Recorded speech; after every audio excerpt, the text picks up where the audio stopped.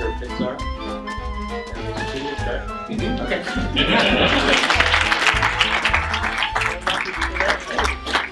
It's so good to be here. I love John's art and relish this chance to kind of get inside your head, if that's at all possible.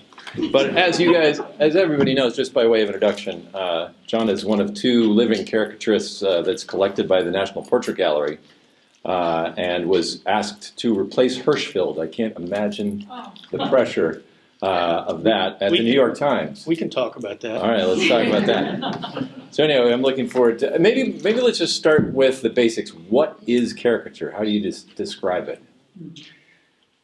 Before we do that, I want to say it's such a treat for me to be able to have the opportunity to talk about my work with you. So Cool. thanks for that. All right. Caricature, just sort of a basic ABCs of caricature kind of thing.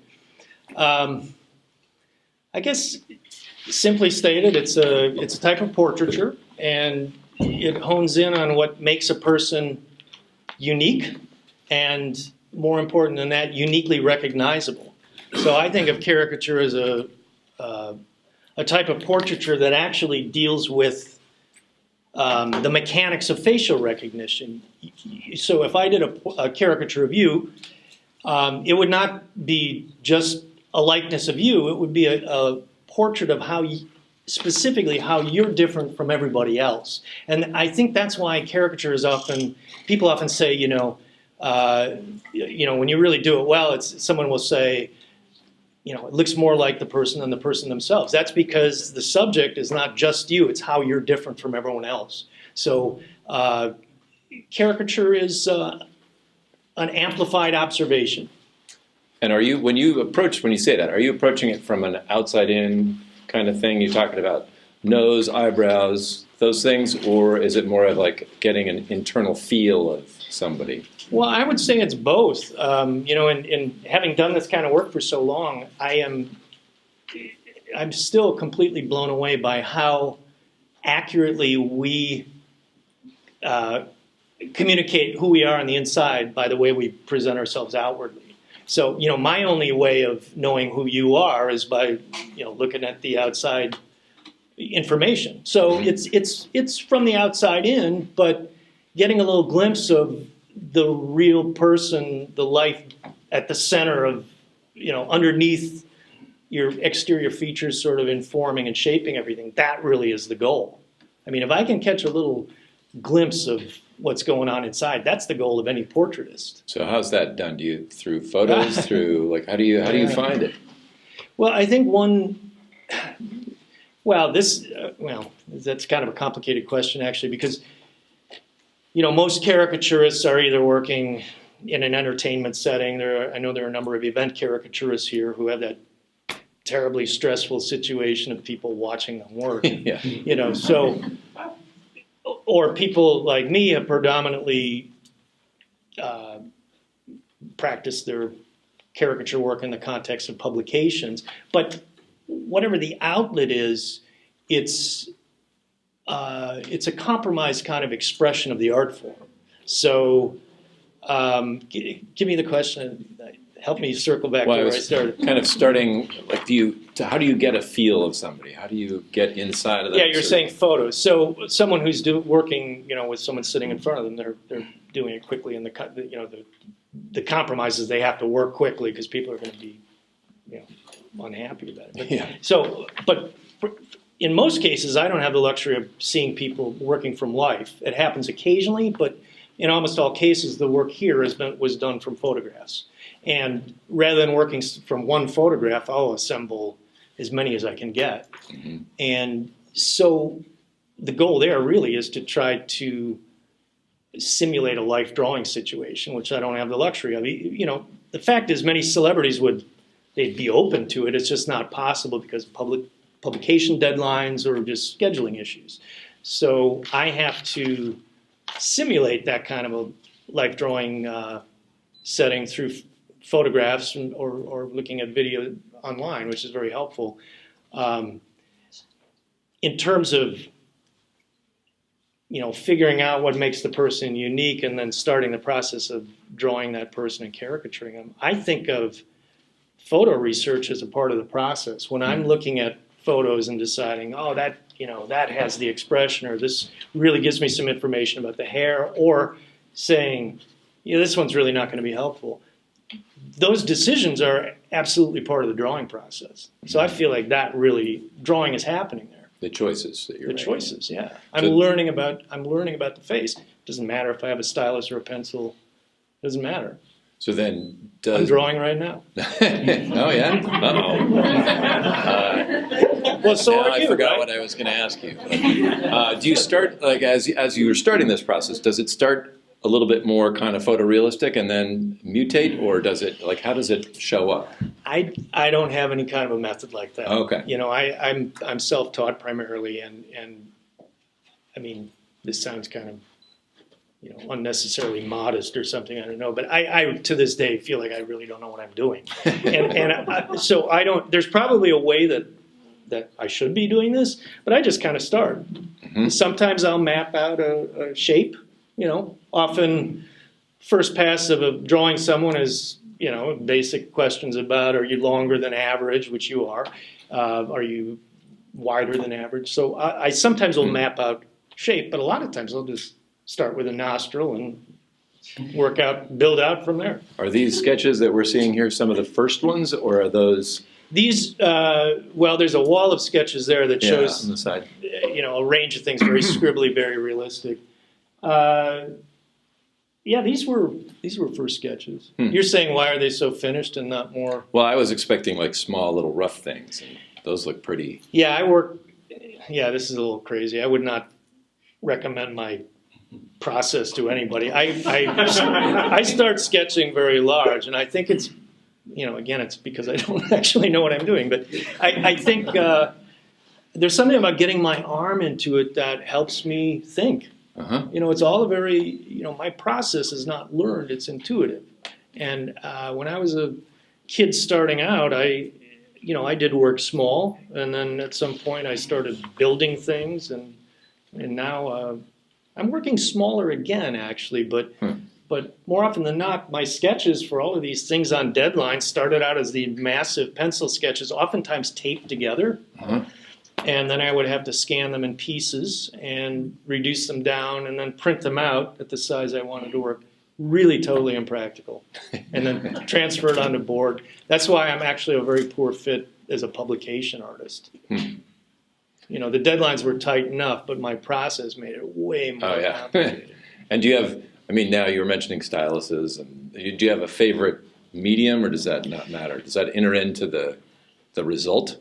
If you were to do watercolor versus pen and ink versus Well, professionally, I almost always, I became noted for this watercolor style, and that was what people wanted. There's a pastel drawing over there of Samuel Beckett. There's a pastel drawing of Abe Lincoln back here. And, I occasionally would just, I experiment a lot with different media. I'm right now working on a book project that involves constructions, sculpture, and I can't actually talk about it, but it's a completely different kind of thing than this. It looks to me like the medium has an effect on what you do. That has a slight different look, a different style, if you will. This is good. You're staying on message. I'm just rambling, and you're coming back. That's what we're supposed to do. Maybe I don't understand, not connecting with the question.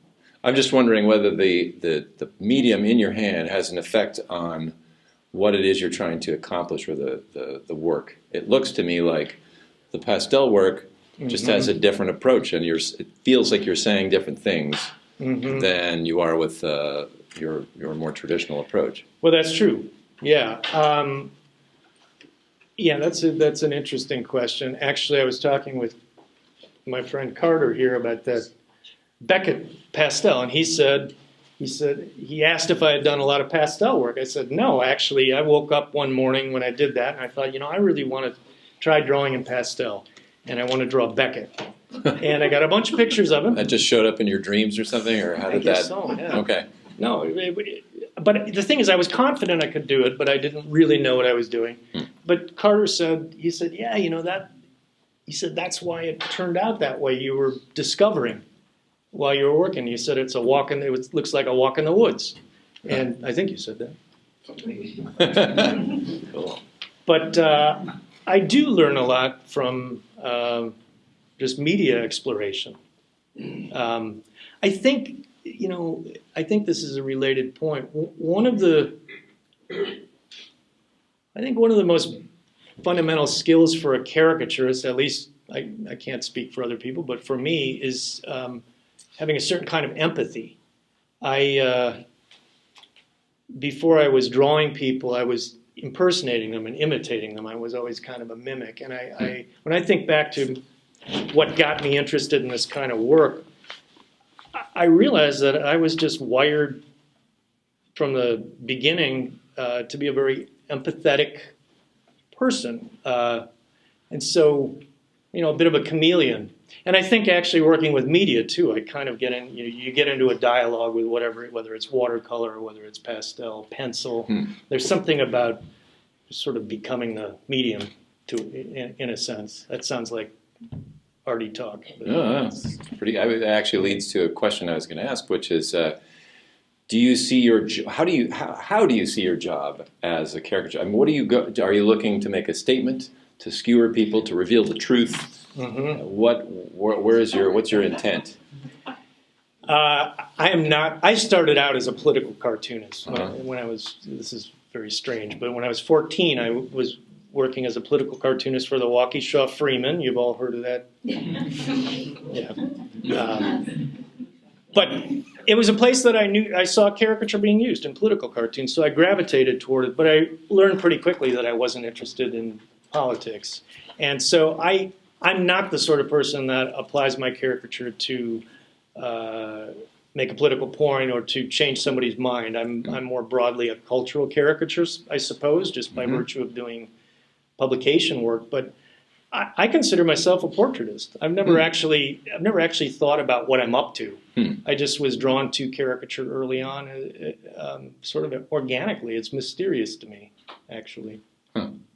It does seem like you're fairly gentle compared to someone like Searle or Stedman. Absolutely. Yeah.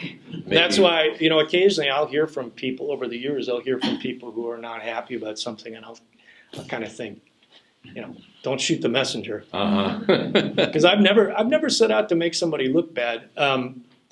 Some of the drawings are, there's a range of others, but I'm pretty much of a traditionalist. I let the subject lead the way to how extreme the exaggeration gets. So people who apply their style, so like Searle, I love that guy's work, or Stedman, but your first reaction to looking at one of their pieces is, oh my God, that's a fantastic Stedman. Yeah. Now, if someone were to look at one of my drawings and have a reaction about exaggeration or distortion or style, I would feel to some extent like I had failed the subject.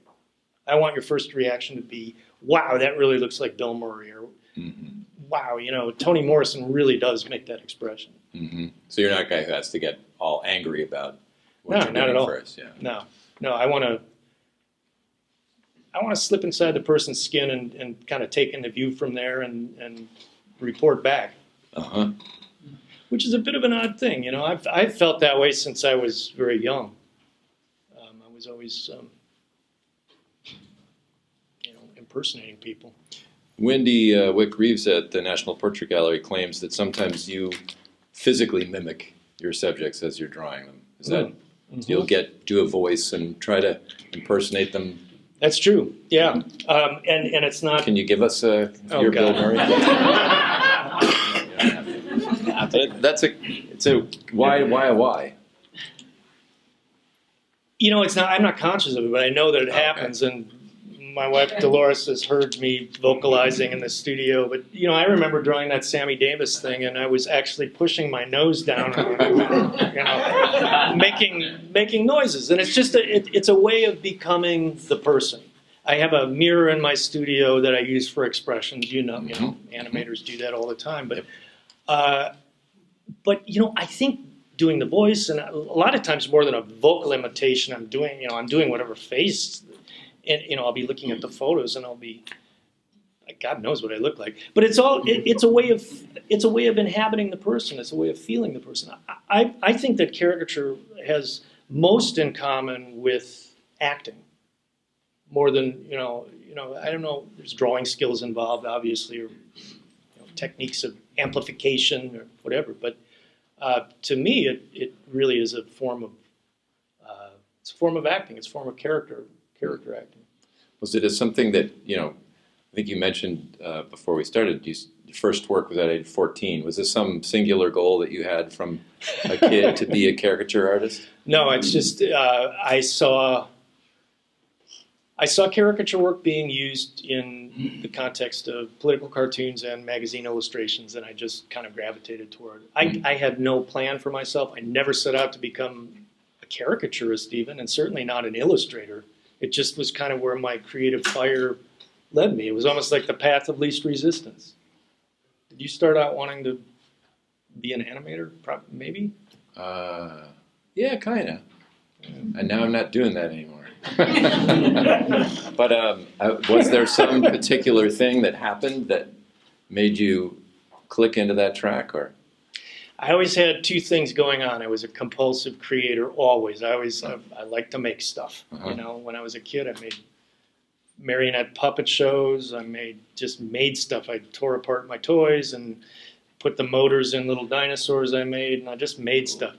And so making stuff, including drawing, was one thing. And then the other part that actually I think is more the caricature part is I was just a mimic. I was an impersonator. I used to follow my parents' friends around, walking and talking like them, which must have been very irritating. Mm-hmm. But then at some point, those two things kind of came together, and I discovered drawing caricatures. And that was, my light bulbs went off.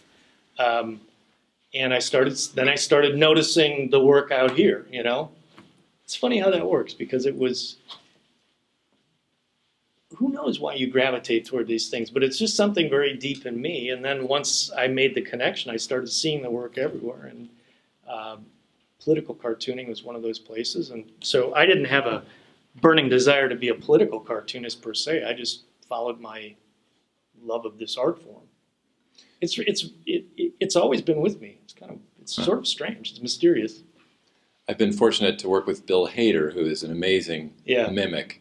And it's almost like some weird spirit comes over him and he becomes someone else. Now, from the sound of it, you're doing similar things, but something led you into the drawing. In the privacy of my studio. Okay.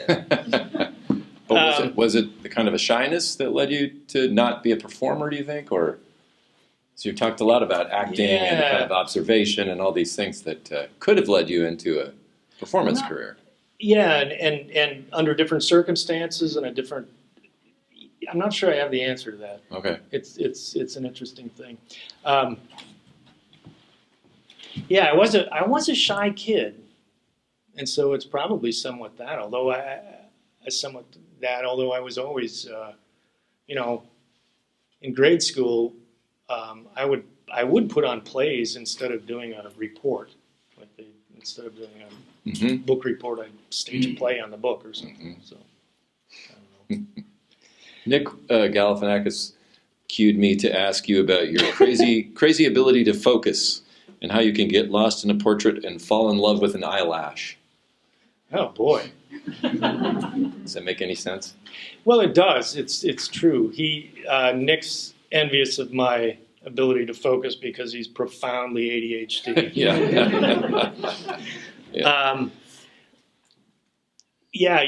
I'm not a big believer in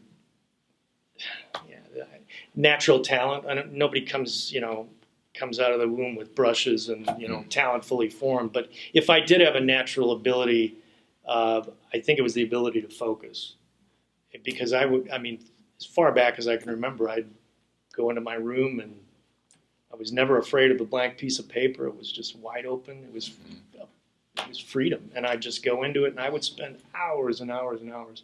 And now, I can spend, it's not entirely healthy, but I can spend 16 hours just sitting in one place working. Yeah. But I've come to realize that's not ordinary. Let's talk about some other work, that influences and their effect on you. Well, who are the people that that you, as you were starting up, that you would put on the wall as like people that you admired? And Yeah. Well, you mean going way back when I was a kid? Yeah. People of my age who were interested in character, kind of similar. Mine would be very similar. Hirschfeld, it's a big one. David Levine, who I think was brilliant, and his body of work's actually pretty uneven, but he's a big influence on me, maybe the biggest. Stylistically, no, but something about the way he works, absolutely. How would you describe that then? Well, he had then the other one would be Mort Drucker, Mad Magazine. Which is interesting because your work doesn't look like any of them. Good. So maybe how can you talk? Can you talk about like what did you learn from them? Absolutely. I don't know that everybody's familiar with those three people. Hirschfeld's the most famous. They're the great caricaturist for the New York Times, but I encountered their work when I was very young. My love of mimicry and impersonation joined up with my love of drawing, and I kind of then started. Wow, there's this thing called caricature, and people are doing it, and so I encountered. Then I started seeing the work, Mad Magazine, Hirschfeld. But what I learned from Hirschfeld was just the magic of allowing air into your drawings, and that's something a lot of people that work now digitally and with especially doing these super muscular digital renderings, caricatures. Every inch is filled, and they're beautiful paintings, but there's no air. And what I realized from Hirschfeld is leaving the white of the paper leaving that show through allows the viewer to actually come in there with you. And someone looking at Hirschfeld's work, which is 95% white, you can come in. There's lots of places for you to enter with your own experience of the subject and your own ideas of what makes that person look like them. And so I kind of got that from Hirschfeld, the magic of it. Levine he was very heavily, a lot of cross-hatching. But he had a way he brought incredible draftsmanship to the table, but he also had this way of imbuing the subjects with a terrific humanity. And so there was just a terrific soulfulness about his work. He'd make like Samuel Beckett look like a crazy bird, or Aubrey Beardsley look like a praying mantis, but somehow it was also super elegant and soulful. And so there's something about getting the personality and the spirit of a person in there that I learned from Levine. That's I would say that's I do sort of aim for that, and occasionally can hit it. I don't claim to be in that league, and then Mort Drucker, the caricaturist for Mad Magazine, who is absolutely brilliant. I never actually thought he was. I didn't emulate his work as a caricaturist. I never thought he was. I loved his work. I never thought he was a great caricaturist. He did good likenesses. He was perfect for doing these, movie satires. But what he just really so inspired me, because I felt like he's someone who introduced me to the secret language of artists. All of his little flicks of the pen and lines that thick and thin, and just the joy of drawing. And I don't know. I mean, I remember going to Boy Scout camp, and I couldn't wait until all the crap was done, the archery and the canoeing, and I'd go back to my pup tent with the flashlight and watch and study Mort Drucker's work. I've looked at every little flick and dot that guy ever did. The thing that always blew me away of his work is that it seemed like once he grabbed a likeness, he could turn it in any direction, see any expression. Yeah. Are you able to, like, once you grab onto somebody? No, I can't do that at all. Okay. So It feels like in your work then there's a singular expression that you're after. Yeah, I kind of go for something, hopefully something kind of quintessential. I'll do my research, and you always have a choice of what expression you're going to go after. Like, Rudy Giuliani has this cornucopia of options, and you pick one, and then I commit to it. But no, Drucker was a master of doing that, and oftentimes he would only have a couple of photos to work from. This is back when he was at the mercy of the studios handing out their press kit, and he might have 3 shots of somebody, and you'll often see kind of a similar profile or something, and he'll change it slightly. He'll change the expression. Yeah. But he was brilliant at that. But that's one of the reasons I say I never considered him a great caricaturist in the sense of really doing a quintessential portrait. That's not what he was up to. What about somebody like Ronald Searle? I love his energy. I love the extremis of it. To my way of thinking, his style gets in the way of the likeness. I love the style, but in terms of portraiture, it's a lot of fun. It's savage. He's a bird of prey for sure. Yeah. But it's just not my favorite kind of thing to have that sort of reaction when you look at a portrait of Maggie Thatcher, like, oh my God, it's a Ronald Searle. Right. You can definitely see, you can read his opinion very quickly. Absolutely. In his drawings. Absolutely. Yeah. I mentioned Maggie Thatcher. I'll just give you, by way of comparison, my approach as opposed to someone like him. It's savage. It's shock value. You know how he wants you to feel, and it's very effective. I don't want you to necessarily know how I feel. I want you to look at it and feel the person. But I was painting Maggie Thatcher once. It was a job for the Chicago Tribune, and I remember really leaning into a certain area around her mouth. I was shading the teeth and trying to get at a certain quality around her lips and teeth. And at some point I realized what I was after wasn't even her. It was British. I was looking for a certain Britishness. Oh, yes.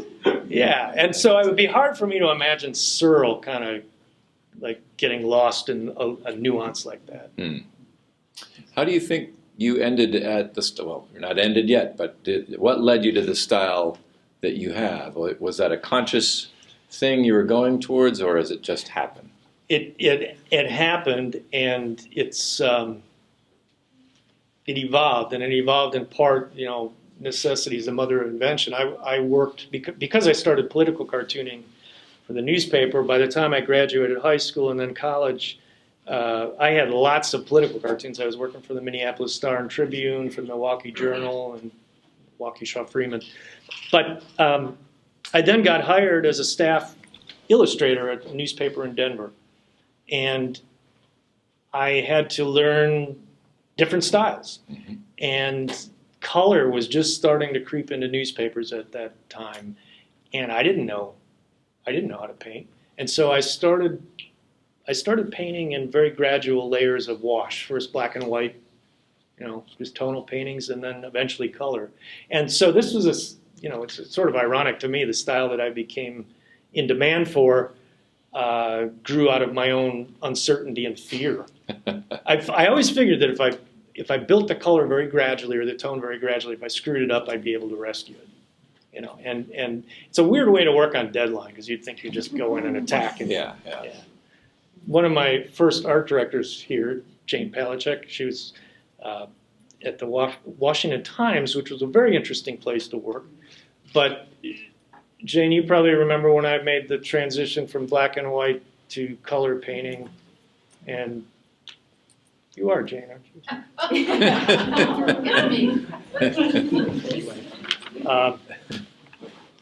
So I developed it kind of on the fly, no big plan. I want to open it to some questions in a minute, but I'm curious about your sculpting work. Right. And is your brain in a different gear when you're sculpting versus drawing, or is it the same? It's maybe a weird way to say that. No, it's a great question. I am now, for the last year, I've been doing almost exclusively sculpting and construction for this book project I'm working on. And yes, don't say anything. But if you ever want to learn how to draw, sculpt. It is so revealing. I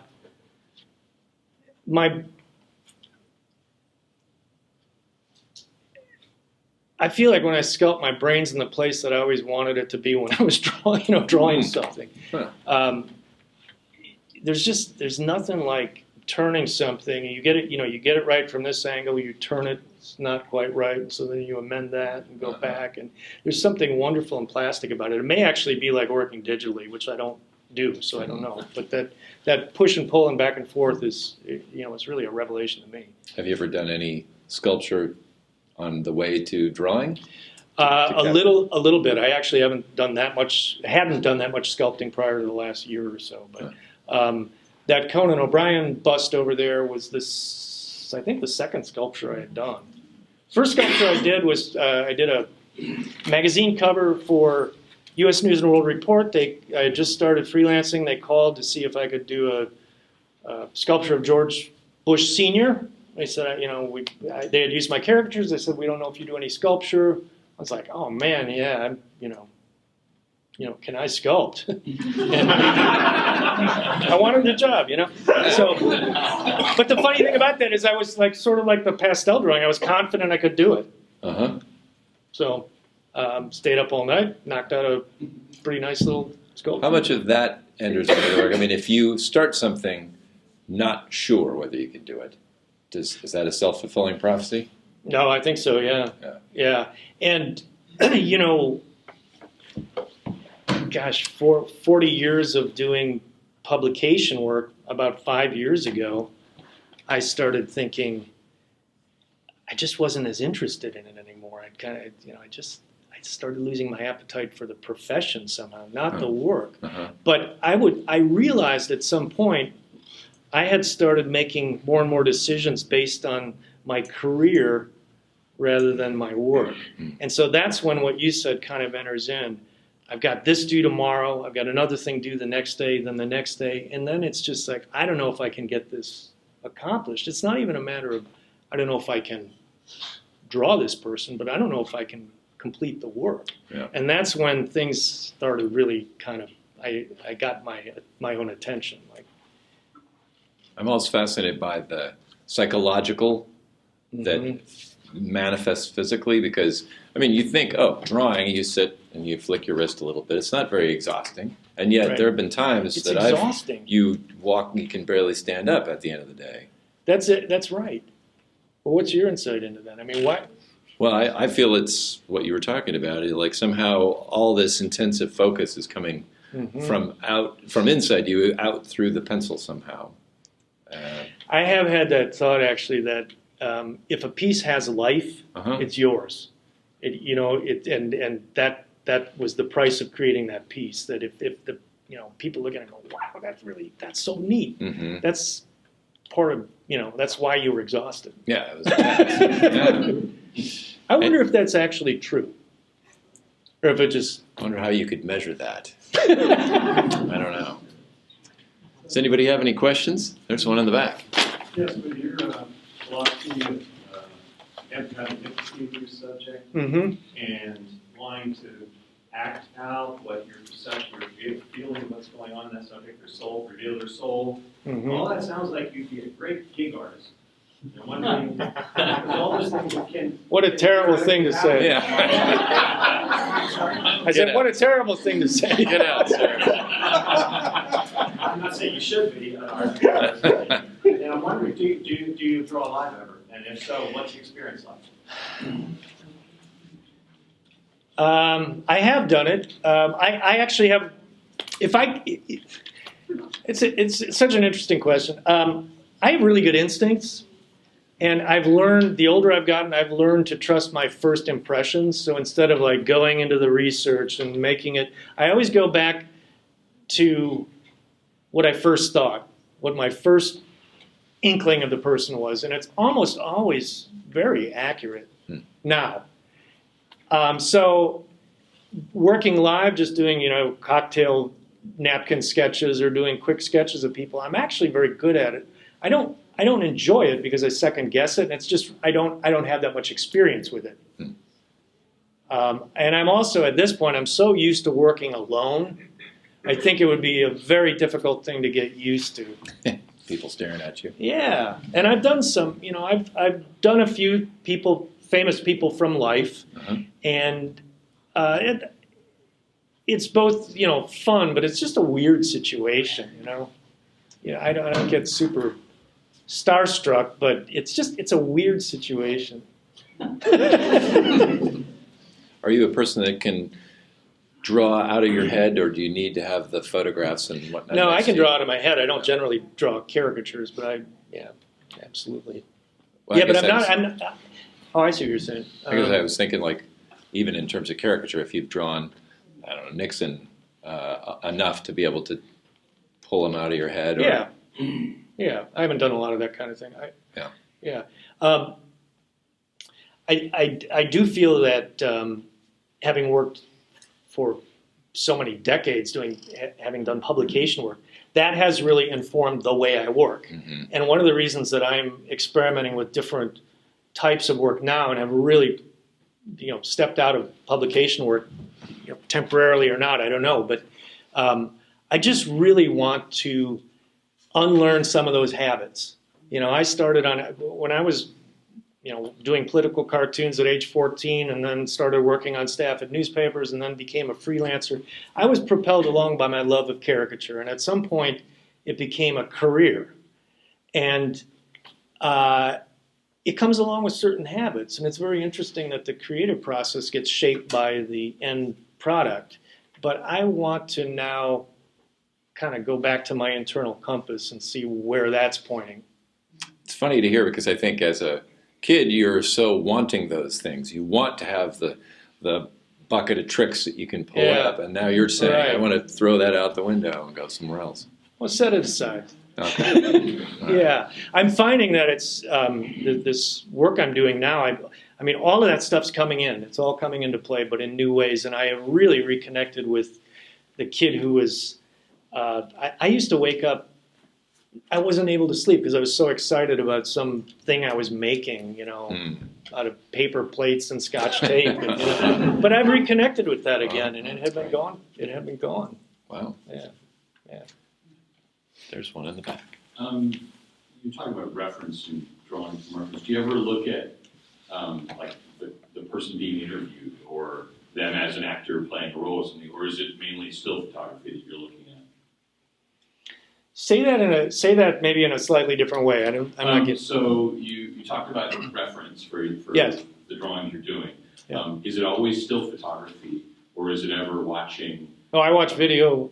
You do. I do, yeah. I watch film. There's no, because the point of assembling all these still photos is to try to get some kind of a three-dimensional template in my head. I just sort of turn it around in here, and but there's no substitute for seeing someone moving around, or just in person. An ideal situation for me would be to spend some time alone, working with photos, having looked at video or film, and then seeing a person in person. And you kind of go, oh, that's how your eyelid wraps around, I would just need a few minutes, Yeah. Any other? Yes? Where do you live? Pennsylvania. Do you want his address, or do you? Northeastern Pennsylvania. All right. There's one in the back. You mentioned that you kind of lost that childlike wonder you had. Yeah. But it sounds like you're kind of on the right path of getting it back. How did you kind of find your way to not seeing drawing as work, but more as this is something that calms me and that I love to do. How did you find still that magic? Well, I stepped away from the work that I had been doing very successfely. It was not a point in time. It was a process, but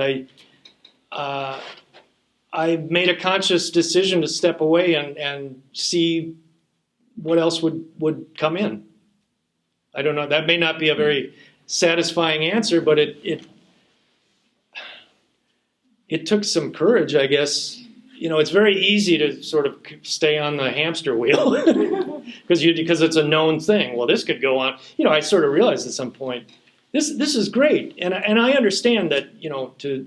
I'm not complaining about having had a great career for a long time, but you sort of realize, this is becoming a routine. It's not as, I'm not in love with what I'm doing anymore. It's not a super fulfilling expression of what I love. But it's going to keep turning as long as I keep running on it. And so it's then a decision to, step aside for a while.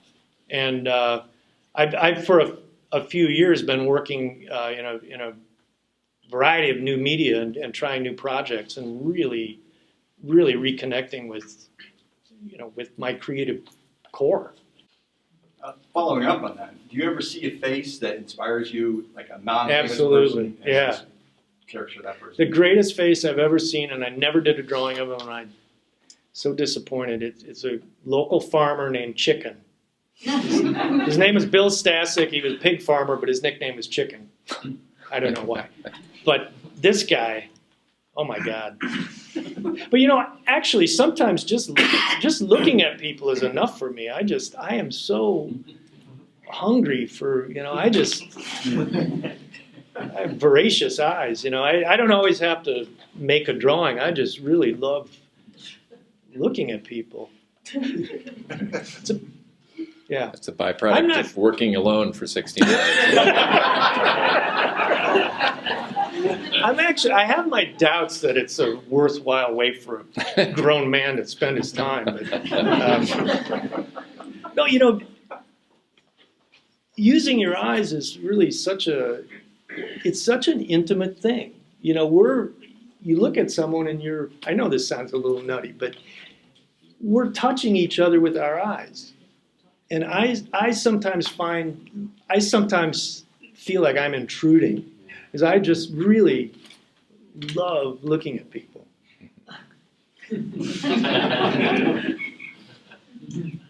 Is that weird? Yeah, a little. One more in the back. So when's your next gallery show with your the new stuff you're doing now? Well, let's see if it gets finished. Yeah, this is the first solo show I've ever had. Okay.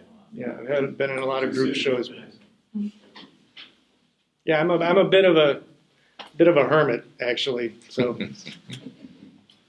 In the back there. Is there a part of the face that you tend to find most challenging? part of the face. Yeah, I was talking with someone about this earlier. Noses are, I like drawing noses, but noses are very challenging. Like this area around here, you must be an artist if you're asking that question. Yeah. Hands are hard. Yeah. Hands are hard? Hands are hard. Hands are hard. This is tough too. Yeah. You know, people don't always have strong jaws, and then how does this, this is a tough area for me. Noses are tough, especially right here. And it all really, I suppose if you're working in line only, it's a totally different thing. But as someone who is a tonal artist, it all depends on what's happening with the shadows. And you can sort of paint yourself into a corner pretty easily. Are you thinking planes Yes. as you're drawing? But not consciously, probably. Okay. Yeah, yeah. You know, it's a strange thing for me to talk about this kind of thing because when I'm doing it, I'm not thinking about it at all. Yeah. I'm just getting lost and frustrated. But yeah, planes. I wish I knew a little more about anatomy. Would make things a lot easier. I've tended to kind of just make the same mistake over and over and over again. Well, it's working for you, so don't change it. Let me say something. This is kind of interesting. We were talking about influences, and I mentioned my three, Hirschfeld. Drucker and Who was the other one? Levine. Yeah, thanks. Another person who was a big influence on me was my dad, who was a pathologist. And I didn't really learn anatomy from him exactly, except that he did used to make a mess at the table. Like my mom would have made a chicken or something, and he would be going, "Oh, this is so interesting the way the tendon attaches to the bone here." And wow. Yeah, but I would go in some weekends. I'd go in to work with him. He ran the lab at the hospital, and he'd slice some little thing that had been removed from a body really thin and put it on a slide and under the microscope, and it was like looking at the galaxy. And it really interested me in how things are put together. And then I'd see him dissect body parts, and it was totally fascinating. And I know that really had an effect on me, not just, autopsies and caricature have something in common, but his scientific mindset is something that really made an impression on me. Just the rigor of it. He'd look at something almost like a detective at a crime scene, like, what do we have going on here? Do you ever find that knowledge limiting, like knowing the way your eye muscles work causes you to draw in a certain way? No, because I'm not that good at it. I don't know. I don't know how they work. So, but being interested in the fact that it all goes together some way is it's fascinating to me. But I actually don't feel like I'm that great at anatomy or facial anatomy, actually, which is why sculpture is so helpful. Mm-hmm. I know a lot of sort of illustrator tricks and shading, and I'm not saying I'm bad at it, but sculpture really is helping me understand how it all fits together. Makes sense. Yeah. Any other questions? There's one. You mentioned Mark Rucker. What about Jack Davis or Frazetta goes to movies? Frazetta did a lot of movie posters as well. Yeah, I love those guys. I love their work. It just didn't speak to me quite the same way. I really admire Jack Davis's great energy. He just would attack that stuff. Pardon? I see some of your energy stuff in some of your Oh, thank you. Yeah, Jack Davis. Well, so some of the, I delineate some of my forms like that FDR thing back there. There's a sweeping line there. Jack Davis would have gone. I probably went. Yeah. So I admired his energy tremendously, but as a caricaturist, I never thought Jack Davis was exactly someone that I would be emulating. He was really more about the action. There's one Frazetta one that he did, What's Up Pussycat, and he did Peter Sellers. It was just energy. I remember it. Yeah, Frazetta was great. Yeah. Any, Not an influence on me. huh. I was just wondering. Any unknown caricaturists that we should be made aware of? People that we might not have heard of? One caricaturist that I love, Sam Berman. He's not someone that's much known, but he did a phenomenal series of portraits of World War II villains. Uh-huh. And he's just brilliant. Does anybody know him? Yep. Yeah. He's just not Sam Berman. Hmm. He's not one of the. Take a look. Yeah. Al Freed, Al Freed, yeah. Covarrubias, or that. Covarrubias, I generation. love, yeah. Daumier, to me, that's. I don't know any of the people that he. I don't recognize any of the people that he caricatured, but oh my God. Yeah. That guy makes you want to just give it up. Yeah. Right? Yeah. Well, I know we're. Will Cotton is another one. You know Okay. him. You saw his stuff at the National Portrait Gallery, I think. Yes. Yeah. I think there might be time for one more. One more question. Make it a good one. Whoever's got the best question, raise your hand. Well, you haven't asked one yet. So. Does your morality, if you were to encapsulate in a month, do you think that affects the kind of skins that you wear or gravitate to and choose to, commit to? That's a heavy question. Yeah, and I didn't get it all. Go ahead. Does your morality affect the skins you wear or gravitate to, put on paper? Oh, that's an excellent question. Does my sense of personal morality affect? So, if you were to encapsulate maybe in a month per se, if you look back at it, you say, oh yes, I can see I was going through a rough time, I drew Conan, or I wore his skin for 2 days, 3 days in my studio and was him. I can say yes. You mean does it affect my Get on up mood? here. Does it? But does it translate to your work maybe? Oh, if I'm having a bad time. Maybe, yeah. Oh. Or a great time. You know what? I would say I don't really think so, and I think that's a bit of a professional trick. You kind of set it aside. I remember several years ago, I had so many jobs stacked up and I was really getting very stressed out and depressed. Yeah. And I finished a job for, I think it was for GQ, then one for TV Guide. And when I turned that one in, I drove myself to the hospital Wow. because I was so sick and so just depleted. And I mean, that was one of the moments when I realized this is just silly, you know. Just because the calls are coming in doesn't mean you have to keep taking it. But the work came out great. You know? So it's a professional. It's sleight of The hand, mark really. of a professional. Yeah. Well, thanks everybody for coming. It's been great having time.